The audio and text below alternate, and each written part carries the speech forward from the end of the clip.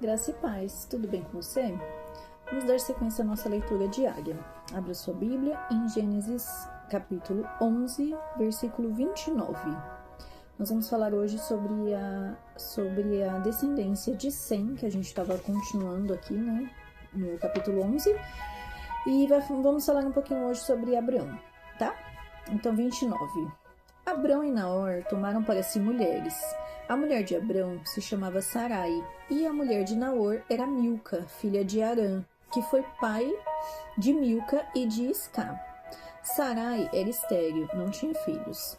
Terá tomou Abrão seu filho, e Ló, filho de Arã, e Ló, filho de Arã, filho de seu filho, e Sarai, sua nora, mulher de seu filho Abrão, e saiu com eles, de Ur dos Caldeus, para a terra de Canaã. Foram até Arã, onde ficaram, e havendo Terá vivido 205 anos ao todo, morreu em Arã. Então vamos lá, nós temos algumas anotações importantes aqui que nós conseguimos pegar lendo esse texto, né? Aqui no começo já fala sobre Milca. E quem foi Milca? Milca era filha de Arã. Se nós olharmos para o desenho, fica um pouco mais fácil. Lembra que eu falei que se a gente for voltando nos desenhos, vai ficando um pouco mais claro. No desenho da genealogia que a gente fez, ó. Então aqui nós temos... Deixa eu achar aqui. Nós temos Arã, certo? Terá teve Abrão, Naor e Arã, certo?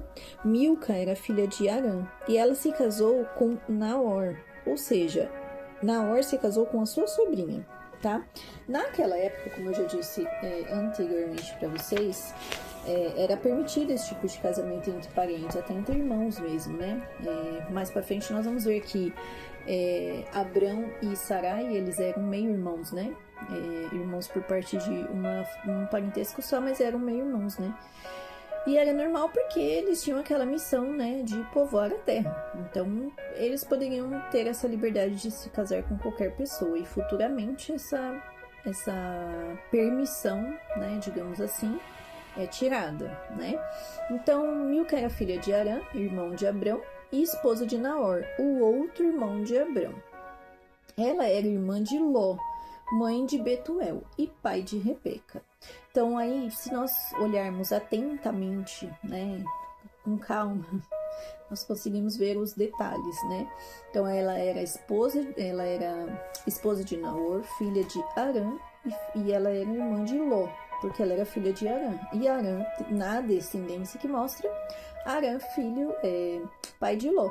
Então, se Milca era filha de Arã, então ela era irmã de Ló, tá? E ela era mãe de Betuel. Aí lá pra frente nós vamos ouvir falar sobre Betuel. Aí por isso que é legal a gente ir falando os nomes e lembrando, porque aí você vai associando uma pessoa a outra. Betuel foi pai de Rebeca, então automaticamente essa Milca foi vó de Rebeca, que é a esposa de Isaac, que nós vamos ver lá na frente, que ele foi filho de Abrão, tá? Sara, aí, ainda Sarai, né? Deus ainda não havia mudado o nome dela também.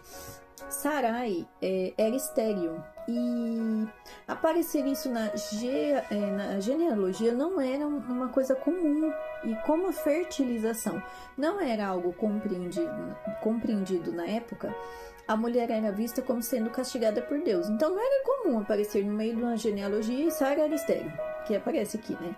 A mulher de Abrão se chamava Sarai. E no 30, Sarai era estéril, não tinha filhos. E continua falando, né? Então não era comum aparecer esse detalhe aqui. Mas esse detalhe vai aparecer porque lá na frente Deus vai fazer um milagre na vida dela, né? E a fertilização não era algo compreendido na época. Ninguém sabia, não tinha ciência, né? Era muito lá atrás, né? E a mulher era vista como sendo castigada por Deus ou por deuses, né? Quem acreditava em Deus, o Deus Todo-Poderoso, acreditava que estava sendo castigada por Deus. E quem idolatrava deuses, acreditava que os deuses que não davam, né, a bênção para ela conceder um filho. Se ela fosse estéril, ela sofria não só pela baixa autoestima, mas também pela possibilidade de seu marido se divorciar dela por não ter lhe dado filhos. Então olha o peso que essa mulher carregava. Além dela querer gerar, porque a mulher foi feita, vamos dizer assim, né, Deus disse lá no começo, né? Multipliquem-se. A multiplicação vem através do homem e da mulher. Então ela sabia que o papel dela era gerar. E a partir do momento que ela não consegue gerar, imagina o sentimento de frustração que essa mulher tem. Então ela poderia sofrer ainda esse risco, né, do marido se divorciar dela. Então era algo pesado, né? Então ser estéril não era só um ser estéril, não era só um detalhe. Era um peso muito grande para essa mulher, porque ela sabia que ela veio à Terra para gerar filhos. Então isso pesava muito para ela. Gênesis 11 termina com a apresentação da linhagem eleita de Sem, filho de Noé até Abrão. Né? E não devemos considerar a listagem como cronológica, pois as genealogias antigas priorizavam apenas as gerações mais relevantes para a história. Já falei aqui para vocês em alguns casos, né, que principalmente que a mulher, ela basicamente não aparece em genealogias, né, muito difícil, porque eles colocavam, né, apenas a parte paterna, né, ali da genealogia. Então só apareciam mesmo os homens e o foco era na parte paterna. E a ordem, né, não quer dizer que não tenham filhos aí no meio dessas ordens, porque eles tiveram muitos filhos e filhas. A maioria das genealogias fala isso, né? Fala o nome de todos e fala, e ele teve filhos e filhas. Então pode ser que tenham muitos outros nomes que nós não lemos, mas que por algum detalhe, por alguma questão, Moisés quis escrever, quis relatar, instruído por Deus, ali, iluminado por Deus, por algum motivo. Quando nós lemos a Bíblia, nós temos que ter essa clareza em Deus, que Ele vai mostrar aquilo que Ele quer, do jeito que Ele quer, a hora que Ele quer. Ele é Deus, Ele é soberano. Então, nós temos que ter esse entendimento, que tem coisas que Deus vai mostrar para nós na palavra. Claramente, a gente vai entender, e tem coisas que vão ficar ocultas. E tudo bem, é isso. Tem coisas que Ele não vai revelar, tanto na nossa vida quanto na palavra. E é assim que vai acontecer, tá? Então, pensando, né, nessas genealogias que nós lemos, né? Nós lemos aí as genealogias de Jafé, de Cã e de Sem. Lemos de Adão até Noé, de Noé até Abrão. E aí fica uma reflexão aqui para nós. Você pretende deixar que marcas na sua geração? Né? A genealogia é a geração deles, né? Que marcas você pretende deixar? A genealogia de Sem teve um legado aqui. Ela permaneceu, foi até Abrão e futuramente nós vamos ver lá para frente até Jesus. Ela permaneceu, né? Sendo lembrada como uma família que seguia ali os padrões, né? Enfim.